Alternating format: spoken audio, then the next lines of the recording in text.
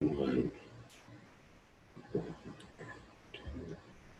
3, 4.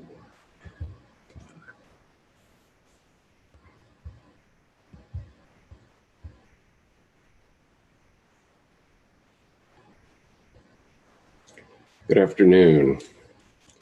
This afternoon I'm going to be reading from... Good afternoon. This is a behind-the-scenes live stream reading of an essay from Jung's Red Book for Our Time, Searching for Soul Under Postmodern Conditions, by Mary Stein and Thomas Arzt, editors, Volume 3. Today, get my screen right here. Today I'm going to be reading from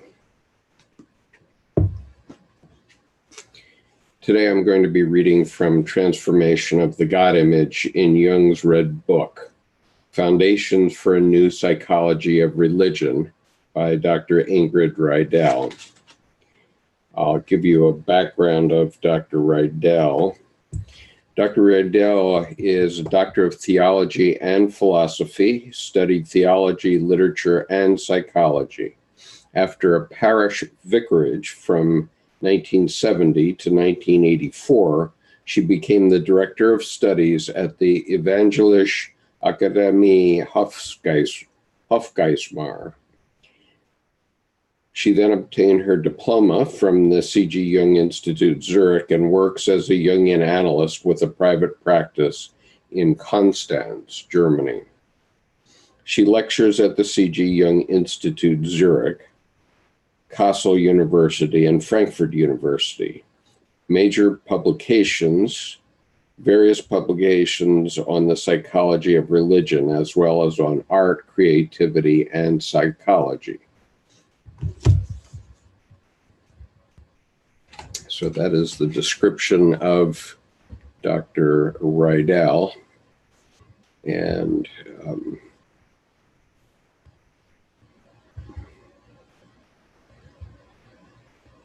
just trying to set my screen up so I can see everything properly here.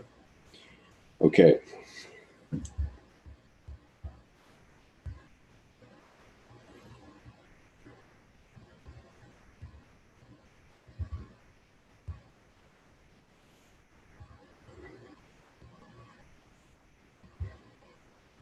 Okay, I'm sorry to keep you waiting. This is a behind-the-scenes reading, so it is going to contain a few of my flubs and things that I will be editing out afterward. But I do think this is an important article. I did read it once before. However, it was only available for that one live stream, and the reason for that was that the sound quality was very poor on that recording. As a result, I'm re-recording it. So if you are having trouble hearing me or if the sound quality is poor, please let me know in the chat. And I'm just going to put that onto the YouTube chat so that you can see that.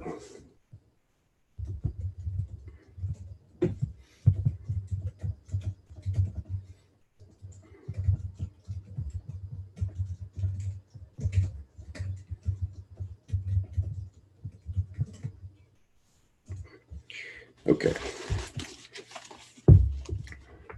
So you're welcome to add comments. These will only appear on the live stream, but I will try to respond to any comments. Hello, Art. Welcome. Thank you for stopping by today. All right. So now reading Dr. Riedel's essay. This is a behind-the-scenes reading, so it will contain my throat clearings and flubs and retakes. So, Jung's religious mission. The God image and its transformation along with the topic of religion in general, together combine one of the major themes of the Red Book. This runs like a red thread through the entire book. Sonu Shamdasani, in his introduction, notes a passage where Jung reports receiving instructions regarding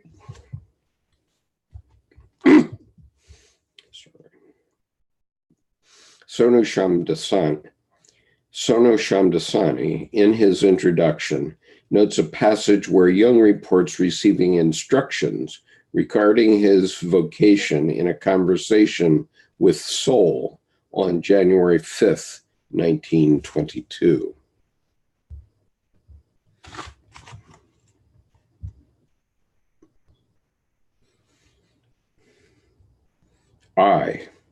But what is my calling? Soul, the new religion and its proclamation. Oh God, how should I do this? Soul, do not be such of little faith. No one knows it as you do. There is no one who could say it as well as you could. End quote. Reading these sentences, one is involuntarily taken aback, and so was Jung when he heard what Soul was demanding. But you are not thinking that I should publish what I have written.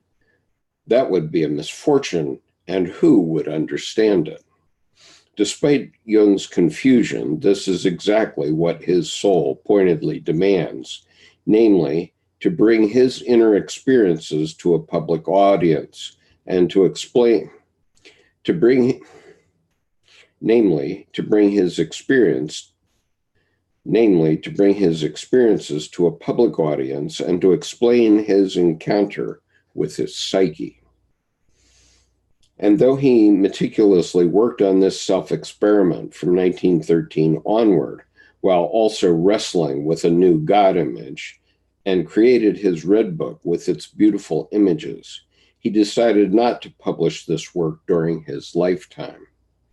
Since who would understand it?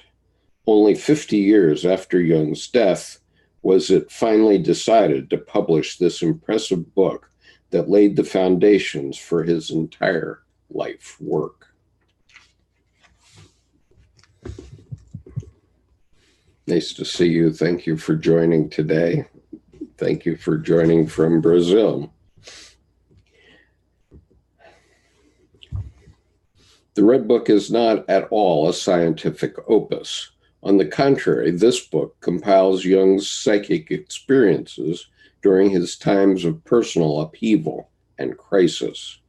The inner turmoil after the break with Freud and the outer events of World War I brought with them a constant stream of inner images and thoughts and forced Jung to search for new solutions to overcome the contemporary malaise of spiritual alienation. It is especially Jung's wrestling with the traditional Christian God image and his attempt to transform this outdated image that we today can relate to when we, in our own lives, encounter crises in which the God image our culture has handed down to us does not suffice and leaves us in a spiritual world. Sorry, that's not correct. I'll read it again.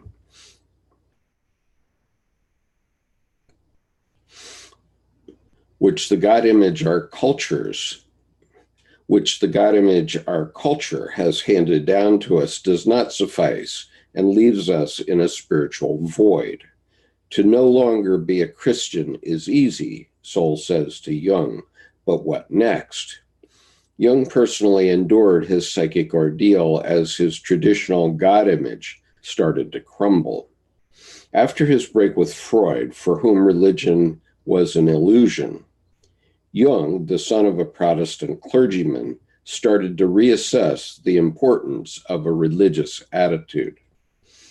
His publication in 1912 of Symbols of Transformation postulated, I'll just correct for those of you who are watching now, this is actually, in English, it is Psychology of the Unconscious in 1912.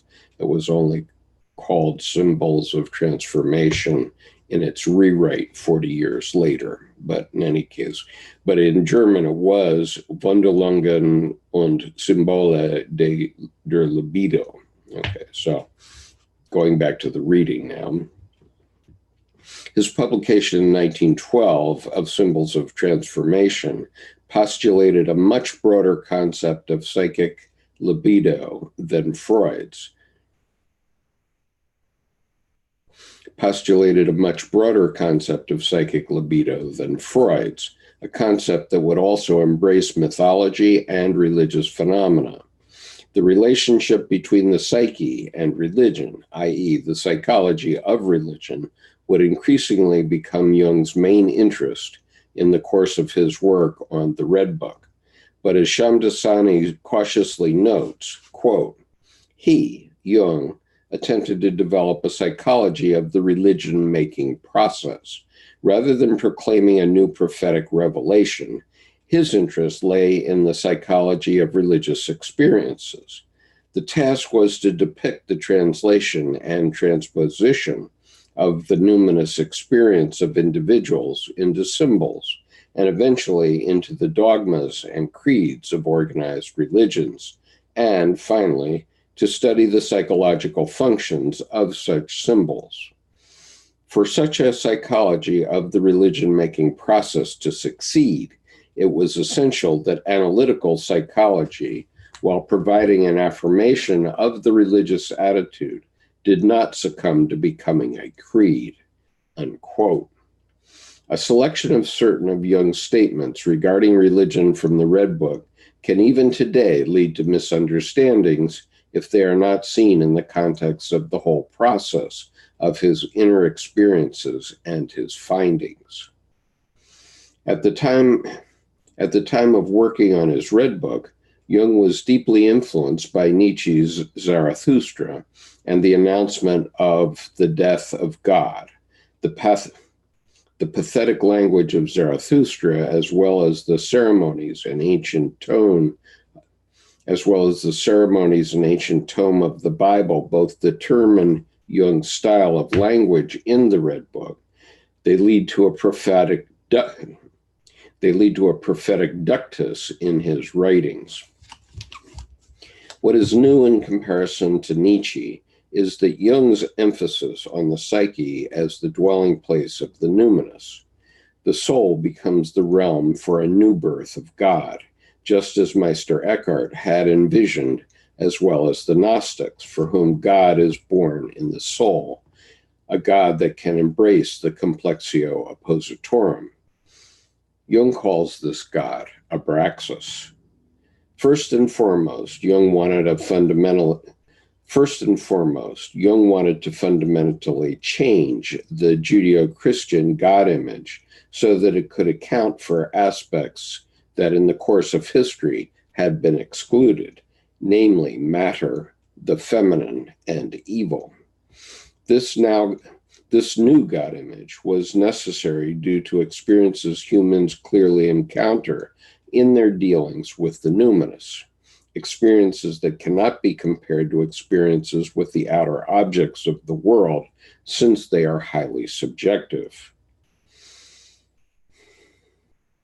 The gods of fantasy, and in this text, the word fantasy is spelled Phantasy.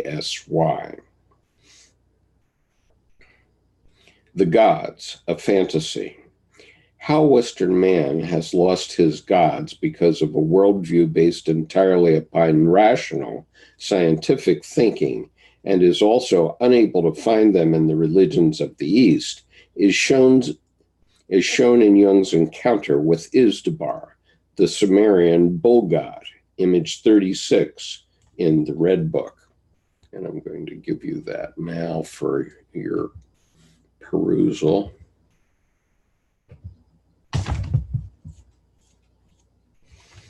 I quote the text of Jung's Active Imagination from January 8, 1914, in which he meets Izdubar. Quote, But on the third night, a desolate mountain range blocks my way, though a narrow valley gorge allows me to enter. The way leads inevitably between two high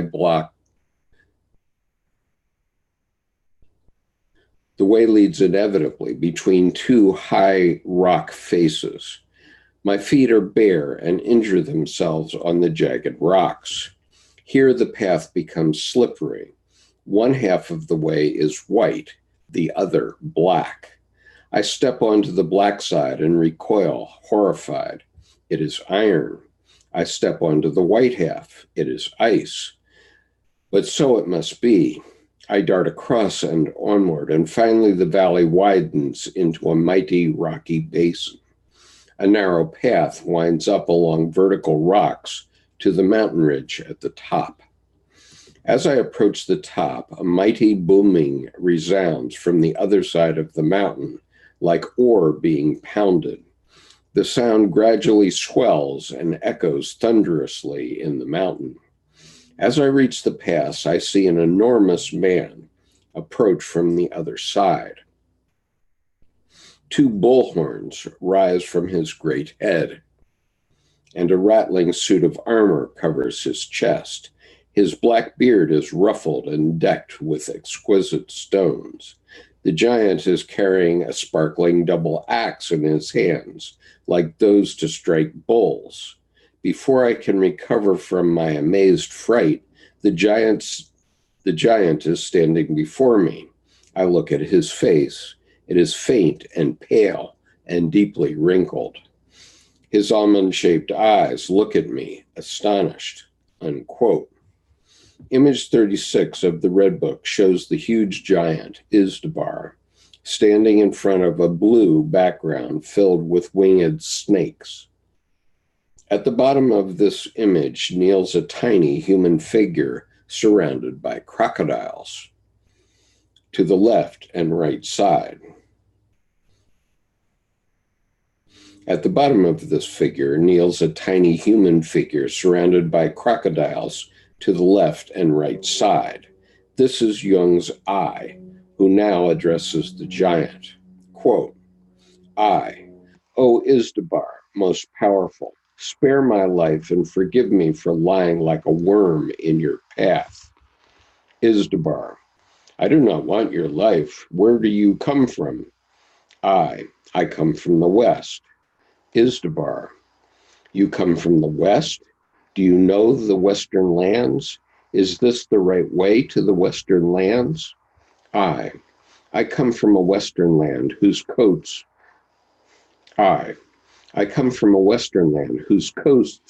wash against the great western sea.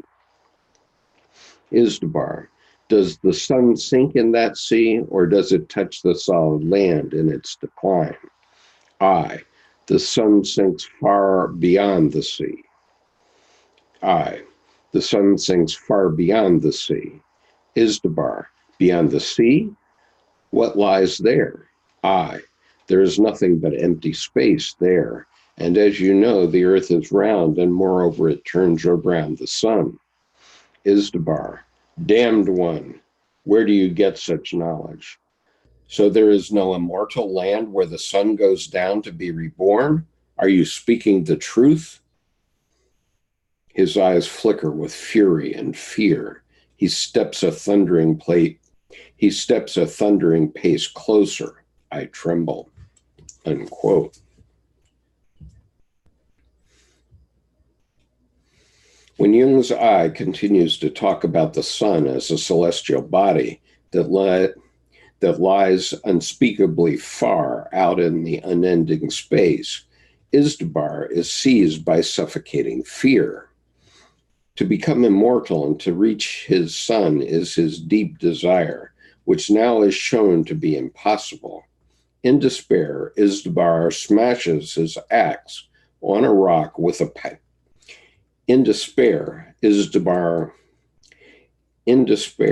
Izdubar smashes his axe on a rock with a powerful, clanging blow. Here, a massive conflict between the scientific and the mythological worldview appears. Who of us has not experienced this conflict?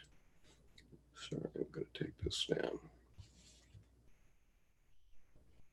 Who of us has not experienced this conflict himself when the scientific mode of thought has collided with the faith given us in our childhood?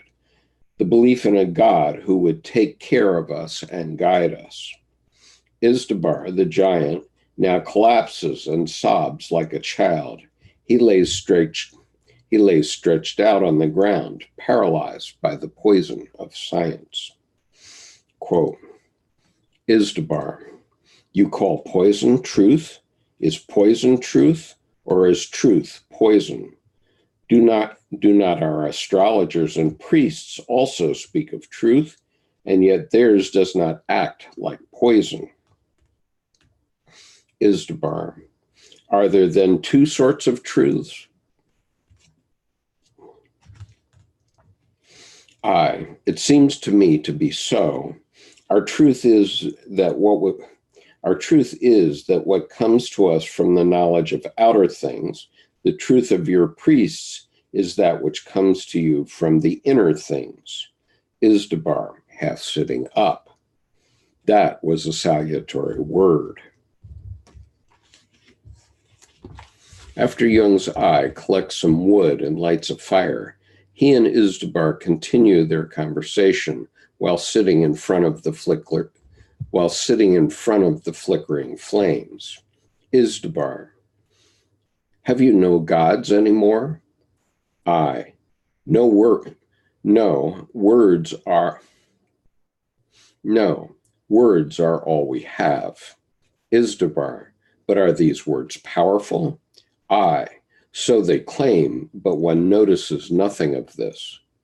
Izdubar, we do not see the gods either, and yet we believe they exist. We recognize their workings in natural events. Science has taken from us the capacity of belief. Izdubar, what you have lost. What? Izdubar, what? You have lost that too? How then do you live? Okay, let me just look.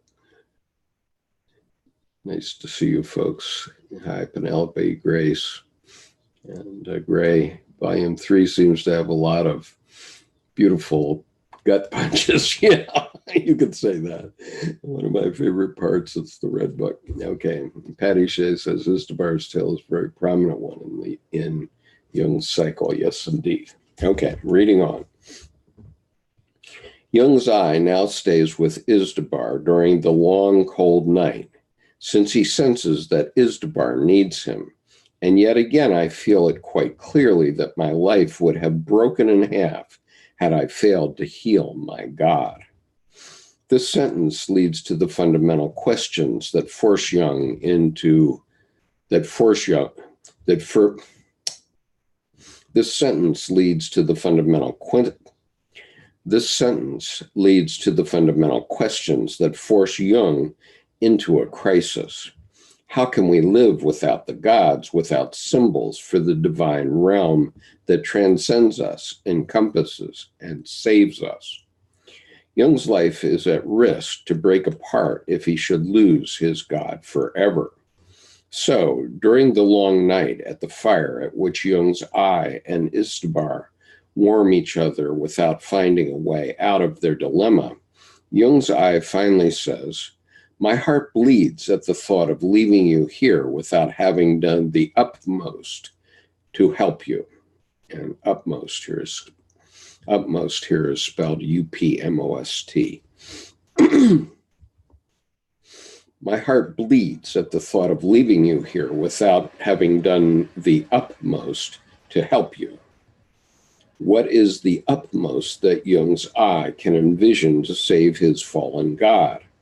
It is the attempts to resurrect the God, a resurrection that is accomplished via an imaginative approach. What a brilliant and creative thought. However, some critical thoughts step in. Quote, what can be done? I am basically convinced that Izdubar is hardly real in the ordinary sense, but is a fantasy. He will, of course, not accept that he is a fantasy, but instead claim that he is completely real and that he only can be helped in a real way. Nevertheless, it would be worth trying this means once. I will appeal to him. Unquote. And this is exactly what Jung's I does. I, my prince, powerful one, listen. A thought came to me that might save us. I think that you are not at all real, but only a fantasy. Izdubar, I am terrified by this thought. It is murderous. Do you even mean to declare me unreal? Now that do you even mean to declare me unreal? Now that you have lamed me so pitifully. Now that you have lamed me so pitifully, perhaps I have not made myself clear enough and have spoken too much in the language of the Western lands. I do not mean to say that you are not real at all, of course, but only as real as a fantasy. If you could accept this, much would be gained. Izdubar, what would be gained by this? You are a tormenting devil. Pitiful one, I will not torment you. The hand of the doctor does not seek to torment, even if it causes grief. Can you really not accept that you are a fantasy? Izdubar, woe betide me. In what magic do you want to entangle me? Should it help me if I take myself for a fantasy? You also know that one often gives the sick new names to heal them. For with a new name, they come by a new essence. Your name is your essence. Izdubar, you are right. Our priests also say this.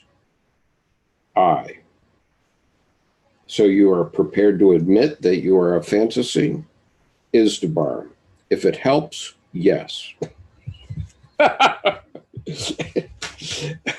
Okay, I'm sorry, I can't help it. Okay, keep in mind now that Dr. Jung is in the middle of an active imagination, and I've talked about active imaginations at great length on this YouTube channel, and so I'm not going to go into that right now, but this whole passage is one of the first active imaginations that Dr. Jung did, and it's in an early part of the Red Book. And so, anyway. Okay, reading on. I'm on page 351 if you have the book. What is Jung doing here? It is not really convincing that he compares the essence of this God with a fantasy. Only later does this become more convincing when he calls the God a symbol. When he calls the God a symbol and then goes to great lengths to show what a symbol is and what its effectiveness is. Insofar as he relates the Imago Dei to a symbol, he relativizes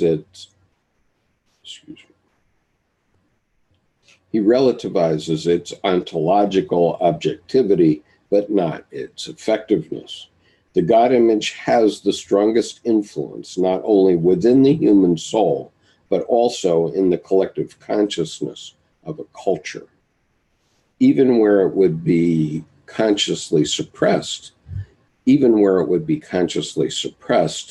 continues to be most effective in the collective unconscious of a culture. However, Izdubar himself now seems to believe in his resurrection while being a fantasy. Though the situation remains very complex, he acknowledges Jung's attempt. Quote, Izdubar, that was a masterstroke. Where are you carrying me? I am going to carry you down into the Western lands, unquote.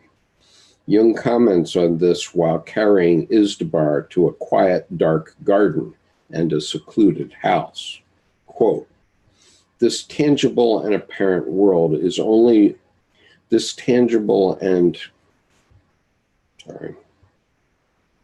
quote, this tangible and apparent world is one reality, but fantasy is the other reality. So long as we leave the God outside us apparent and tangible, he is unbearable and hopeless. But if we turn the God to a fantasy, he is in us and easy to bear, unquote. How deeply the myth of Gilgamesh, i.e. Izdubar, is still rooted in the contemporary individuals I have witnessed in good friends of mine, who made that myth the symbolic background of their relationship. Another friend of mine, an artist, set up, after the death of a beloved artist friend, a collection of images showing the lamentation of Gilgamesh after the death of Enkidu. Contemporary individuals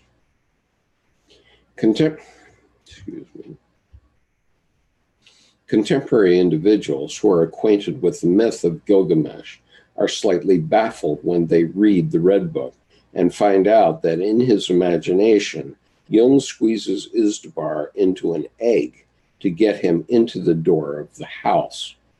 This seems not consistent, since a fantasy would be able to get through a door of any size. This inconsistency was also felt by Jung himself when he later mentioned to Agnella Jaffe that some of the fantasies were driven by fear, such as the chapter on the devil and the chapter on Gilgamesh, Izdubar. From one perspective, it was stupid that he, Jung, had to find a way to help the giant, but he felt that if he didn't do so, he would have failed. He paid for the ridiculous solution through realizing that he had captured a god. Many of these fantasies were a hellish combination of the sublime and the ridiculous. What needs to be taken very seriously, though, since it belongs to the treasure house of humanity, is the image of the transformation of a god into an egg. This is a widespread mythological motive that describes the beginning of a divine development, the new birth of a god. Incantations, songs for a new god. Is it not rather grandiose to transform a god into an egg and hide him away in one's own pocket, as if now some kind of enantiodromia sets in, moving from grandiosity to a devoted hatching? Jung starts his incantations, quote, "Thus do not speak and do not show the god, but sit in a solitary place and sing incantations in the ancient manner. Let the egg before you. Set the egg before you. The god is the god in his beginning, and behold it, and incubate it with the magical warmth of your gaze," unquote. Sorry, I've been working with the Red Book now for a decade, and through two earlier versions of this book, or volumes of this book, and so sometimes I get quite emotional when I'm reading these things. In the following incantations, Jung combines the Christian image of the birth of the divine child during Christmas with the Eastern Vedic hymns of an egg from which a god is born. Thus, he knits Eastern and Western traditions into his process of creating a new god image. In doing so, he created a series of images 50 to 64, in which festive colors such as red and gold dominate to celebrate Izdubar's incubation and resurrection. an impressive example of a renewal of God. Jung starts his incantations as follows. And in parentheses, it says image 50, so I'm going to give you image 50 here.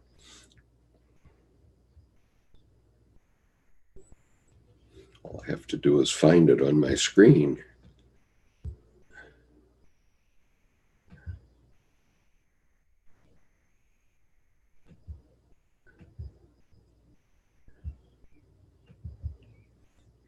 Okay, here we go.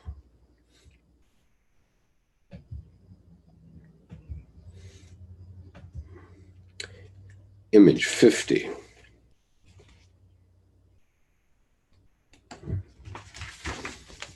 Quote, Christmas has come. The God is in the egg. I have prepared a rug for my God, an expensive rug from the land of mourning. He shall be surrounded by the shimmer of magnificence of his eastern land. I am the mother, the simple maiden, who gave birth and did not know how. I am the careful father who protects the maiden. I am the shepherd who received the message as he guarded his herd at night in the dark fields, unquote. Indeed, image 50 in the Red Book, I'm sorry, this particular copy of it is in poor focus. Indeed, image 50 in the Red Book is similar to a deep red Eastern prayer rug with sacred motives worked into it. The God on the egg, representing a symbolic pregnancy, is shown as a golden egg positioned on a brown field in the lower part of the image. The field itself having a triangular shape as a symbol of the fertile feminine. I need to get you image 51.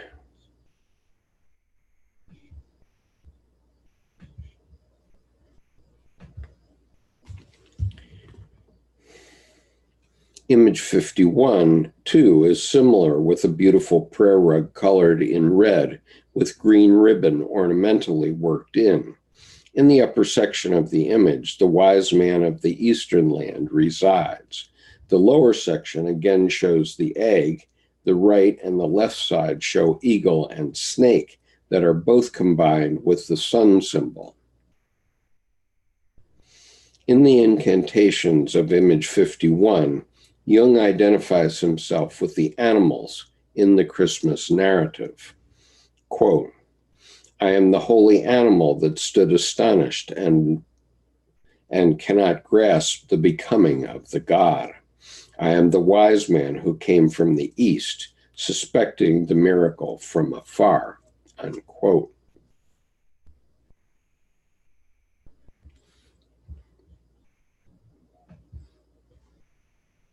After Jung emulates all the figures of the Christmas saga by creating an inner Christmas crib, he then says, and I am the egg that surrounds and nurtures the seed of the God in me. Here we find Meister Eckhart's approach of a mystic Christianity pointing toward the birth of God within the soul, an approach that is also well known in Hinduism and Gnosticism. With the incantation, then there's another one. Let's see here.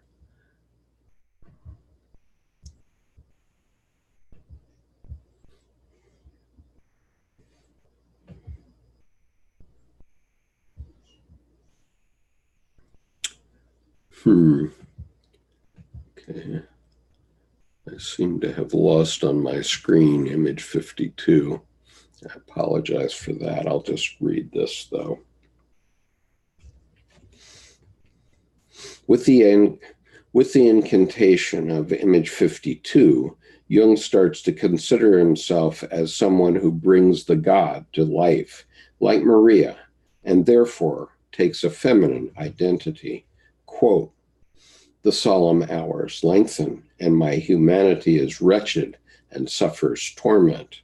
Since I am a giver of birth, whence do you delight me, O God? Unquote. Jung is becoming delighted, seized by the joy of ecstasy. He then describes the coming Godhead as a complexio oppositorum, which he later, in the third part of the Red Book, will give the name Abraxas. This leads to a God image that is beyond any rational comprehension.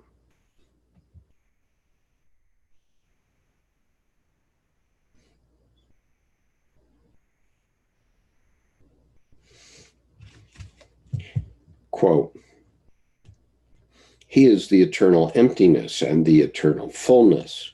Nothing resembles him, and he resembles everything.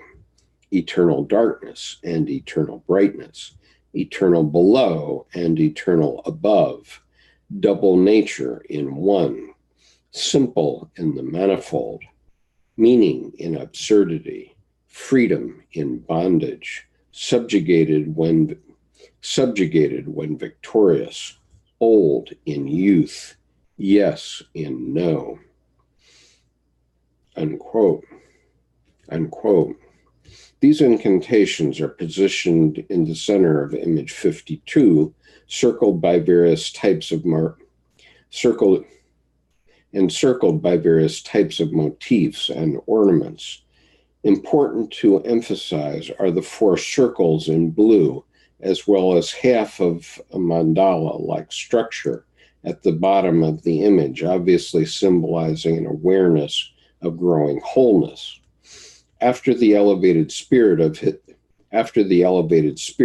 this incantation, Jung's mood shockingly swings into the state of hubris when his I states, nothing remains in the gods other than an egg, and I possess this egg.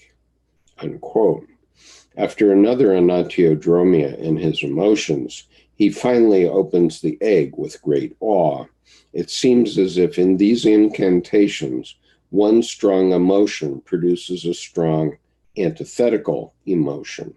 The opposites are hardly integrated in this phase of Jung's imaginations. Now, however, he can get on his knees. I just have to look a little harder for that image that got misplaced. Sorry.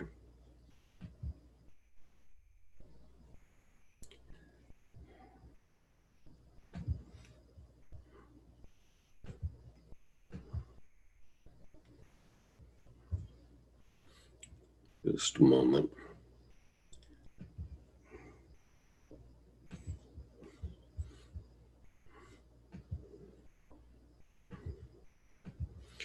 The inventors of software programs have graciously created things that get so complicated and so clever that now we can't find anything on our own desktop, which is really troubling. But anyway, okay, I can't find it. Okay. All right, so going on.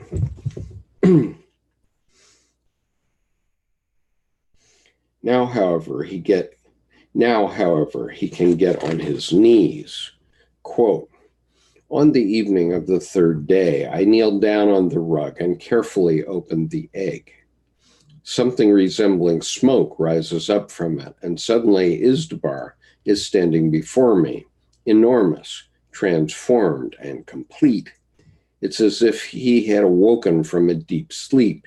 He says, where was I? I was completely sun, unquote. His desire for the sun and immortality his desire for the sun and immortality has finally been fulfilled. In Sumerian mythology, Izdubar is associated with the sun god. The incubation and rebirth of Izdubar follows the classic pattern of solar myths. This is related to the setting and rising of the sun in the sea. We experience the rising and setting of the sun as a golden egg in the sea. Jung had a thorough and extensive knowledge of humanity's mythologies and knew that the figures appearing in his imaginations were rooted in this knowledge, that something was at work in what we today refer to as cultural memory. His imagination here ends with the following scene, quote, When I thought that I had caught the mighty one and held him in my cupped hands, he was the sun himself. Obviously emphasizing the rising God, Jung continues in the following imagination, quote, I wandered toward the east where the sun rises. I probably wanted to rise too, as if I were the sun and rise with it to daybreak. While he rises, however, I go. While he rises, however, I go down.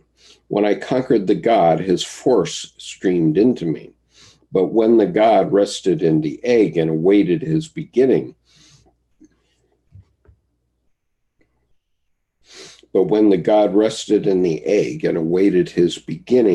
my force went into him.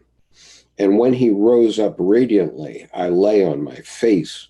I lay there like a child bearer, cruelly mauled and bleeding her life into the child. I lay there like a child bearer,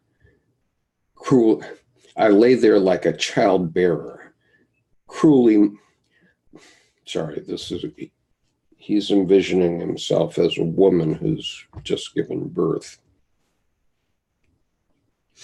I lay there like a childbearer, cruelly mauled and bleeding her life into the child. My God has torn me apart terribly. He had drunk the juice of my life. He had drunk my highest power into him and become marvelous and strong like the sun. An unblemished God who bore no stigma or flaw.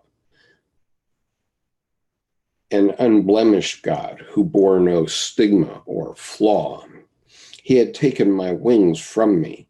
He left me powerless and groaning. Unquote.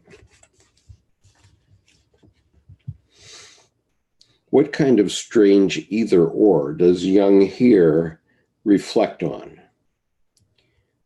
What kind of strange either-or does Jung here reflect on?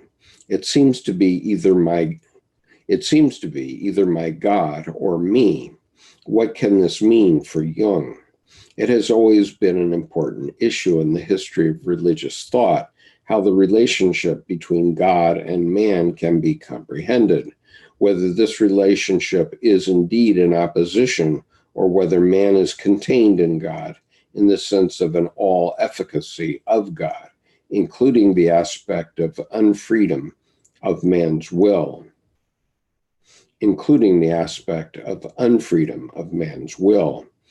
As understood in Hinduism, the Mithraic cult, and Christian mysticism, this means an essential unity of man with the divine, that man contains the divine, and that man is the creator and inventor of God, would become commonly accepted only in modernity, finally leading to Nietzsche's proclamation of the death of God. However, Jung, who was strongly influenced by Nietzsche's Zarathustra, decided in his deep longing and need for a new God to resurrect God, first as a fantasy and imagination, later as a symbol. But then Jung encounters the problem that man always must devote himself to a living God, and we're not the old symbols of the divine handed down since ancient times, not images and personifications of real forces that transcend man, be it the forces of nature, of the universe, of the life force itself. When Jung wants to revive the old God images, with the magical warmth of your gaze, he must take their power seriously, and he finally succeeds by putting man in front of God and God in front of man without intermixing them.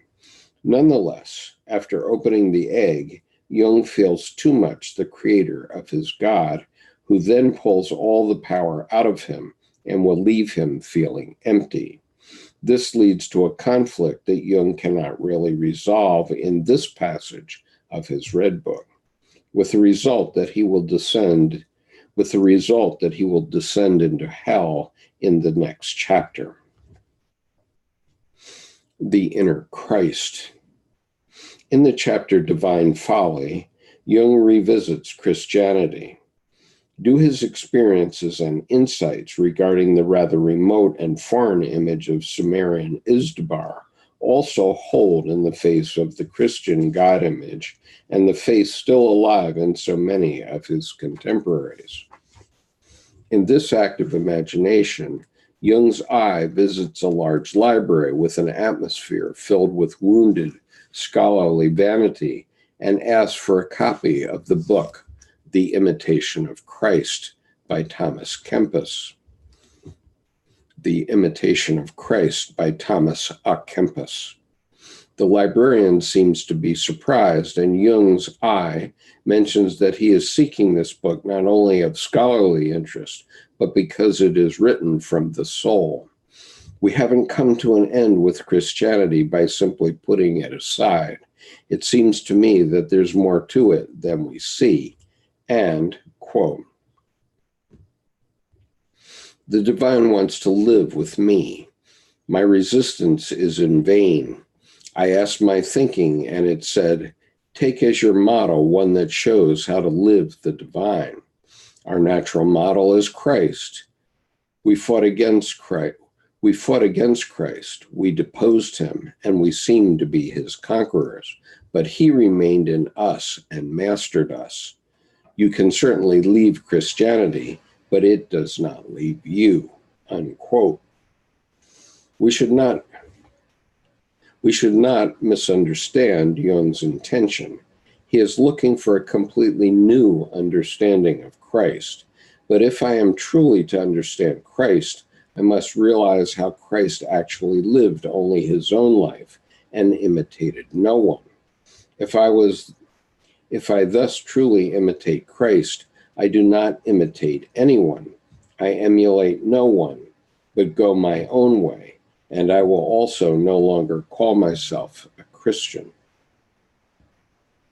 In the chapter Nox Secunda, Jung's eye sits in a kitchen beside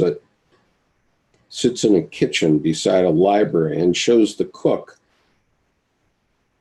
the book he just borrowed, The Imitation of Christ by Thomas A. Kempis, which the cook also knows, like so many devotional Catholics, and which is used for prayer. She is astonished to see a man like Jung wanting to read it, and Jung spots the following sentences in the book. Quote, the righteous base their intentions more on the mercy of God, which in whatever they undertake, they trust more than their wisdom, unquote. Jung then meditates on the intuitive method of Thomas A. Kempis. When suddenly a roaring sound fills the room, many shadow-like human forms appear, and he hears a manifold babble of voices uttering, quote, let us pray in the temple. We are wandering to Jerusalem to pray at the utmost holy sepulchre, unquote. These shadow-like human forms that suddenly appear to Jung and create a strange desire in him are Anabaptists. Take me with you, he cries, but they cannot because they are the dead, who still have no peace and have not come to a proper end with life. Quote, and what was it? Quote, and what was it that had not been, and what Quote, "And what was it that had not been lived?" asked one of the dead, greedily and uncannily reaching out for Jung, who then answers, "Let go, demon. You did not live your animal." Unquote. Jung is convinced that Christianity has suppressed the instinctual realm that wants to be acknowledged in life, too. This suppression indeed keeps the dead restless and without peace. The cook gets horrified after Jung's statement, and together with the librarian calls for the police, who take him to the madhouse. There, a friendly superintendent, 2 doctors, and a small fat professor welcome Jung. Quote,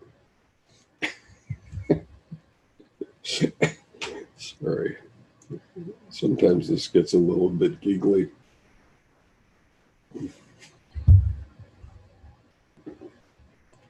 So we're at the madhouse.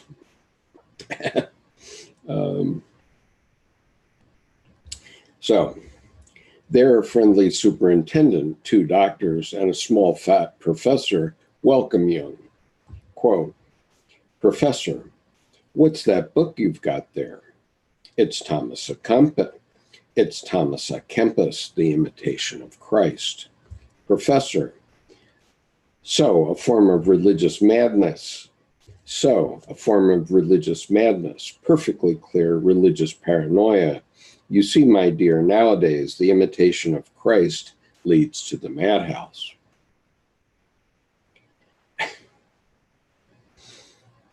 That is hardly to be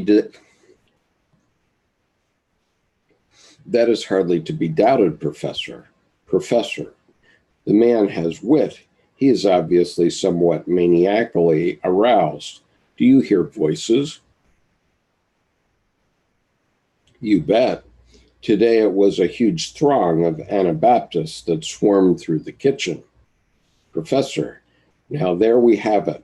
Are the voices following you? Oh no, heaven forbid, I summoned them. Professor, this is yet another case that clearly indicates that hallucinations directly call up voices. This belongs in the case history. Would you immediately make a note of that, Doctor? With all due respect, Professor, may I say that it is absolutely not abnormal, but much rather the intuitive method. Professor, excellent. The fellow uses neologisms. Well, I suppose we have an adequately clear diagnosis. Anyway, I wish you good recovery and make sure you stay quiet. But Professor, I'm not at all sick. I feel perfectly well. Professor, look, my dear, you don't have any insights into your illness yet. The prognosis is naturally pretty bad with a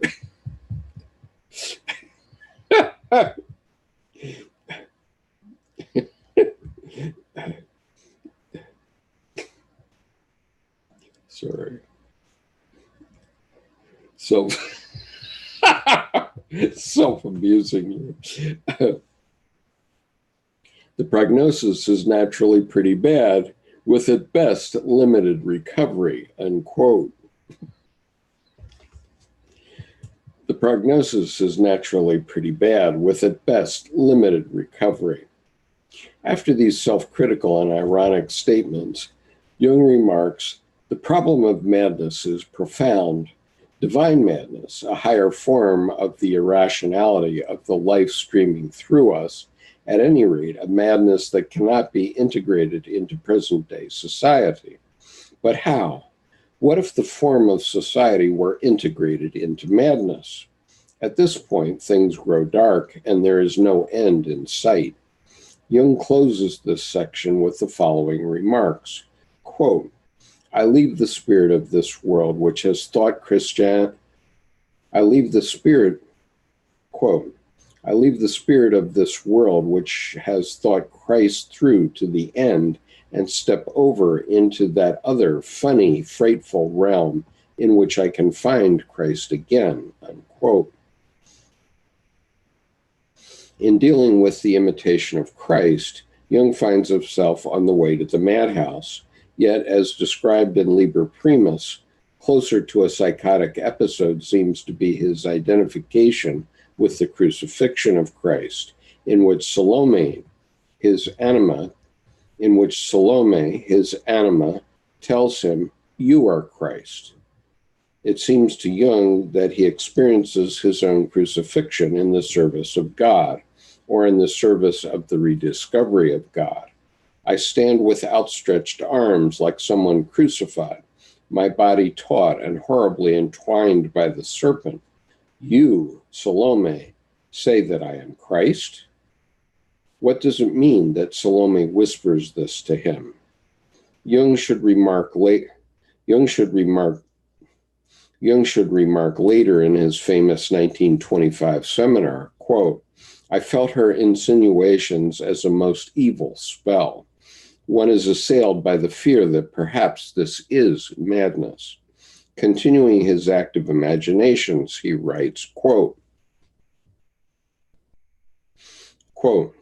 "It is as if I stood alone on a high mountain with stiff outstretched arms. The serpent squeezes my body in its terrible coils, and blood streams from my body, spilling down the mountainside. Salome bends down to my feet and wraps her black hair round them. She lies thus for a long time," unquote. This scene reminds us of Christ's crucifixion with Mary Magdalene at his feet. In Jung's active imagination, the blind Salome suddenly cries, "I see light." Jung then states, "Truly, she sees. Her eyes are open. The serpent falls from my body and lies languidly on the ground. I stride over it and kneel at the feet of the prophet, whose form shines like a flame." Elijah then says to Jung, quote, "Your work is fulfilled here. Other things will come.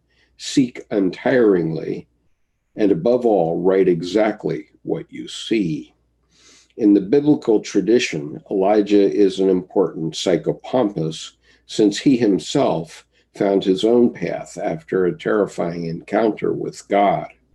Here he appears and speaks to Jung's eye. Driven by his interaction with Salome, his anima, the frightening possibility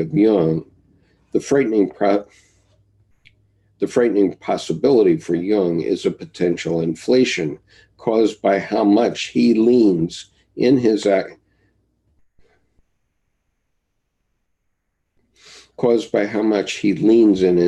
imagination toward an identification with the figure of the Christ.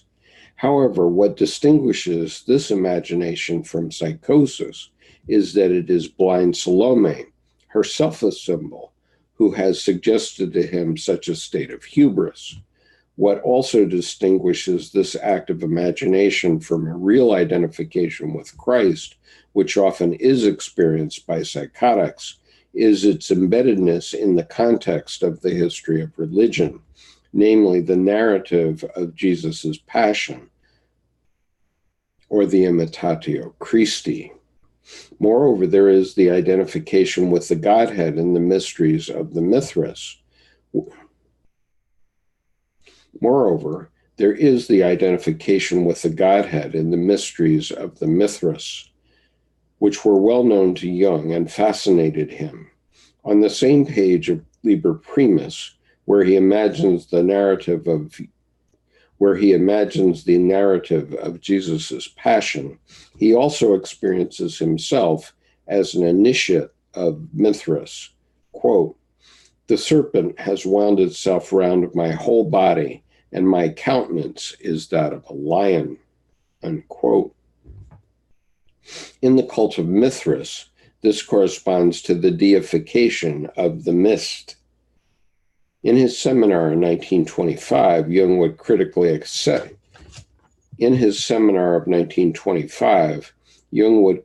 assess his experiences.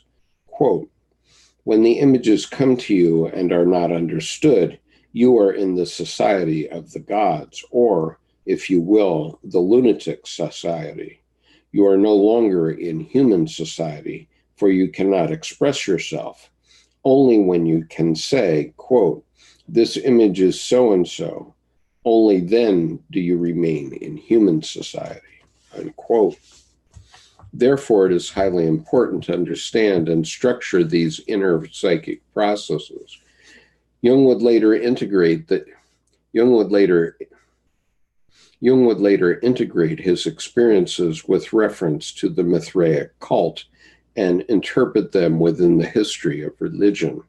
As a result, he avoids identification with the inner figures, yet these deep experiences remained important for him. In this deification mystery, you make yourself into a vessel and are a vessel of creation in which the opposites reconcile. At the time when Jung experienced these active imaginations and put them down in his Red Book, he was undergoing a fundamental process of transformation that made him a vessel, which profoundly changed him as well as his God image. In his later works, Jung would relate the God image.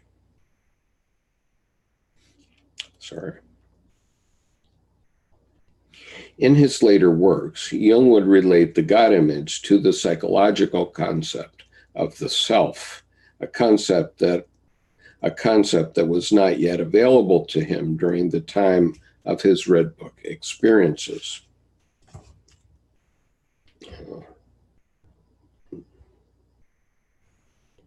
I need to find one other image here, which I had up, but I lost it.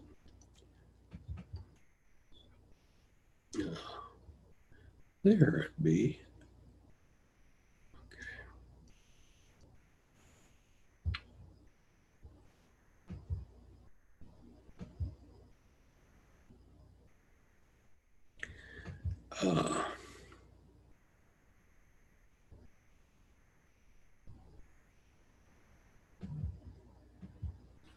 Okay, first of all, before I go on, I want to just put on this video for later purposes.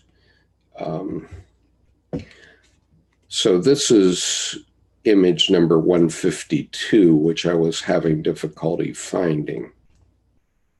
Okay. And this is the one where the opposites are present, as you can see, even if you can't read German. At the bottom it says Ja Nein, which means yes and no. So here he's discussing the various opposites. So here he's discussing the various opposites. Now, hopefully I will be able to put that into the video at the appropriate spot. One could hope.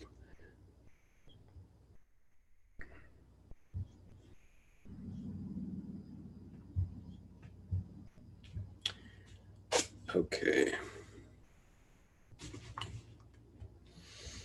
A new psychology of religion. With regard to the wholeness of God, Jung ultimately considered all the God images in the history of religion, and through the magical warmth of your gaze, revived them. These ranged from the Sumerian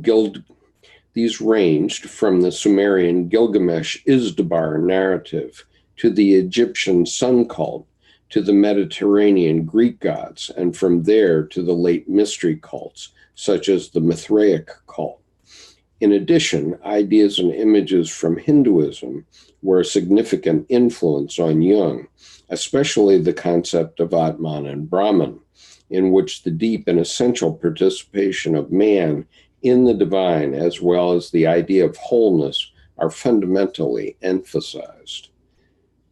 Jung dedicated numerous paintings and carvings to the revitalization of old gods, such as, for example, Atman Victu in his Red Book. This is Atman Victu, the Old One, after he was withdrawn from creation. He has returned to endless history, where he took his beginning. The image on page 122 of the Red Book exhibits the, oh shoot, I don't know if I have that image, I'll have to check.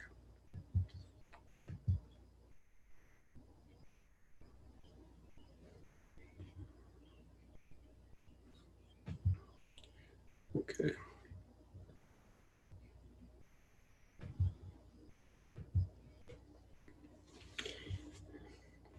Okay, so I guess you're still getting this.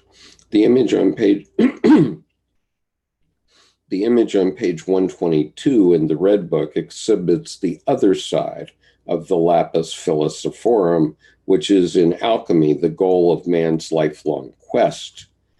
The stone is shown in image 121. Just a moment.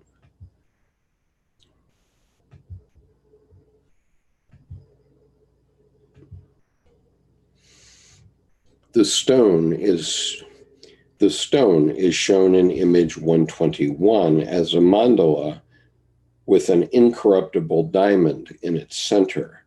This stone, set so beautifully, is certainly the lapis philosophorum. It is harder than diamond, but it expands into space through four distinct qualities, namely breadth, height, depth, and time. It is hence invisible, and you can pass through it without noticing it. In his later work, the mandala would become the symbol for psychic wholeness. Unquote.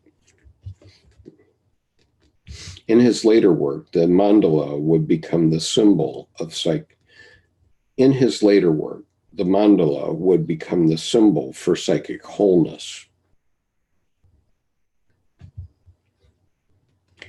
There are so many images of the divinities that Jung created, despite the biblical prohibition against making icons and images of despite the biblical prohibition against making icons and images of God. I think, however, that one cannot observe this prohibition by a non-pictorial attitude, but rather by populating the heavens with a plethora of images of the countless aspects of the divine. This would approach the totality of the divine realm, which transcends each single image. Jung, the psychologist, always speaks of the God image and the symbols of the divine as the only statement we can make with respect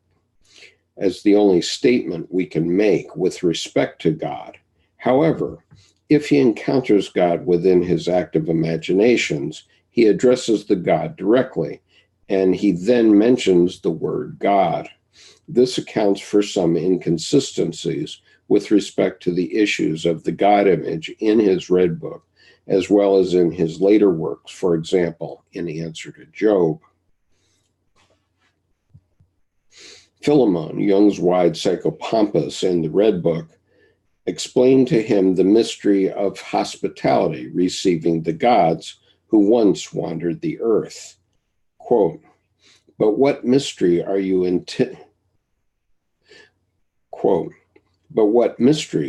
intimating to me with your name, O Philemon? Truly you are the lover who once took in the gods as they wandered the earth when everyone refused them lodging. Unquote. We remember the classical story of Philemon and Bacchus from Ovid's Metamorphoses, which was also taken up by Goethe in his Faust. There, Philemon is the host of the gods, who granted hospitality after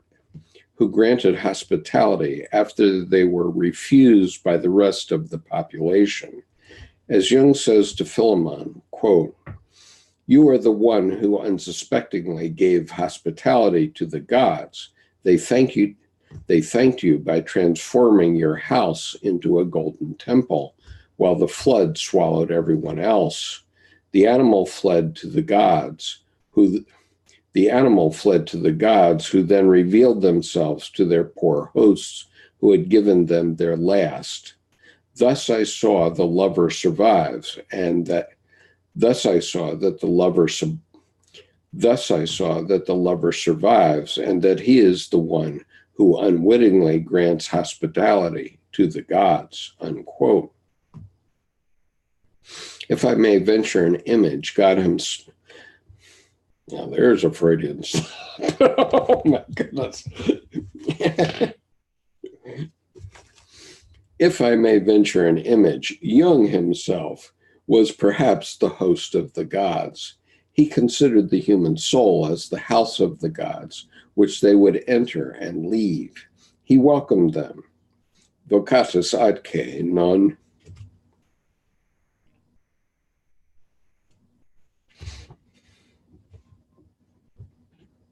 All right. He welcomed them. Vocatus acte, non vocatus Deus aderat.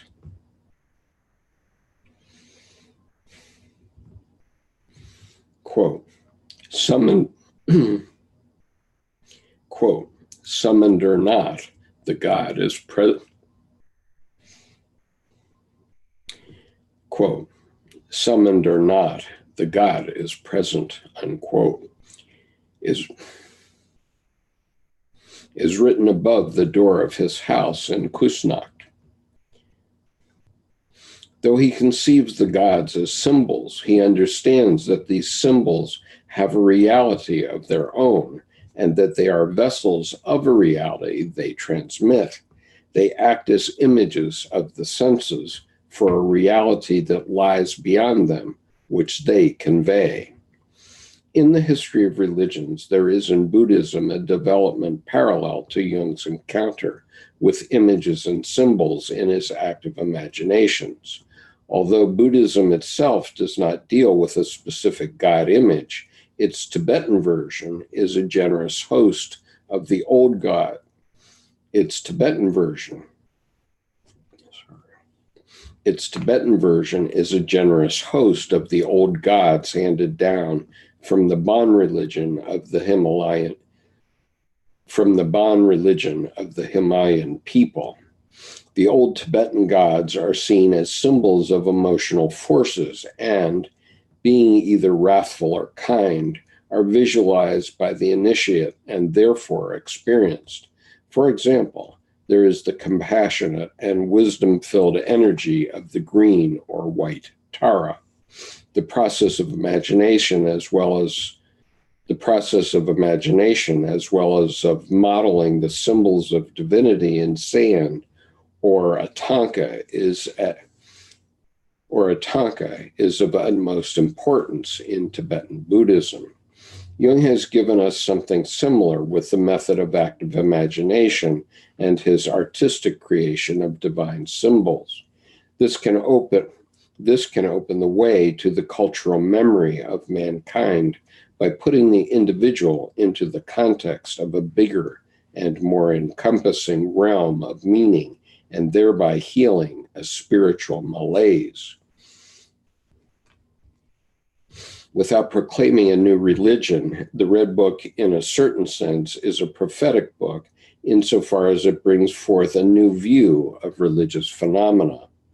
Jung considers religious matters by and large in the context of a psychology of religion, a depth psychology of religion, which draws its symbols constantly from the collective unconscious, but at the same time stays in touch with the cultural unconscious of mankind. Jung's view could be highly important for the present-day dialogue. Excuse me.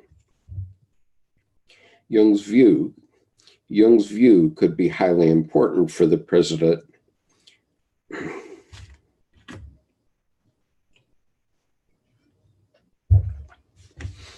Jung's view could be highly important for the present-day dialogue of religions. It could revive that dialogue if a symbolic view on religious phenomena would be appreciated. Since the mother tongue of religion exists on the symbolic level, whereas spiritual knowledge is alive and draws on experienced images and narratives, rather terminology and dogmatic fixations lose touch with vivid experiences. Lived experiences of the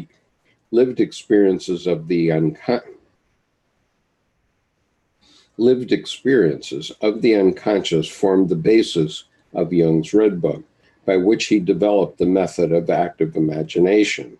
Since then, this method has become an integral part of therapeutic work with clients in order to find new paths to spirituality. Together with dreams and work on inner images, this can provide experience meaning. Which since ancient times always has been the goal of religion.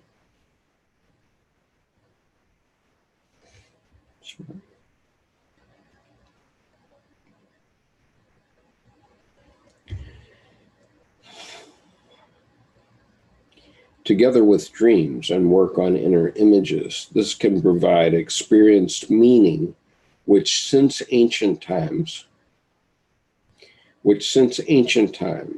always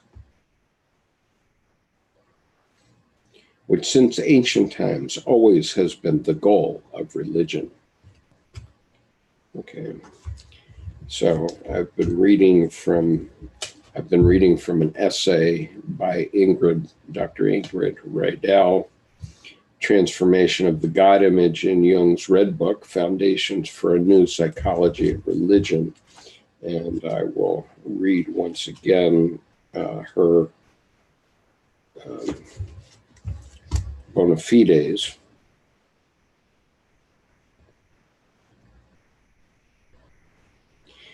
Ingrid Riedel, Doctor of Theology, Doctor of Philosophy, studied theology, literature, and psychology. After a parish vicarage from 1970 to 1984, she became the director of studies at the Evangelische Akademie Hofgeismar. She then obtained her diploma from the C.G. Jung Institute, Zurich, and works as a Jungian analyst with a private practice in Konstanz, Germany.